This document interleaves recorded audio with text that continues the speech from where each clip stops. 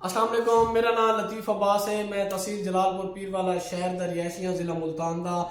सारे कने अबील travel and tour दा काम है। ट्रैवल एजेंसी है, उमरा वीज़ा टिकटें दा सारे कने सऊदी अरब कंपनी दे वीज़े आए हुए हैं मोटरसाइकिल डिलीवरी दे। उन्हें 2500 सैलरी है।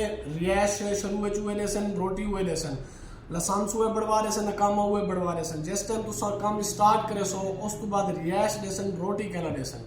अच्छा 2500 सैलरी आउंदी, 15 डिलीवरी तुसा डेली दी देनी है और एक महीने दे विच 450 डिलीवरी तुसा देनी है। 15 डिलीवरी तो उत्ते तुसा दसो फर्ज कीता 2 दिते वे 3 दिते वे पर डिलीवरी दे 10 रियाल हैं।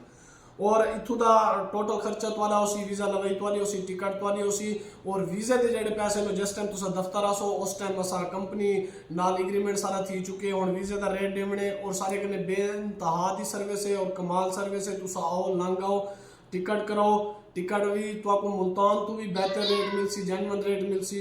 और असा इतना वो नहीं रखे दे पे कि जिवें लोग काफ़ी पैसे टिकट चुरा के देना। असा चंद दफ्तर खर्चा हाली अपना खर्चा रखे दे पैसे, क्योंकि असा इन कारोबार को अलहमदुलिल्लाह ताहयात चलावने और तुसा लंघ आओ कंपनी दे वीज़े ते सफ़र करो, क्योंकि चंद बंदे असा भेजे हैं तो अलहमदुलिल्लाह काम करेंदे पेन। 3000 3500 4000 महाना कढ़े तो 2500 महाना तो पक्का है।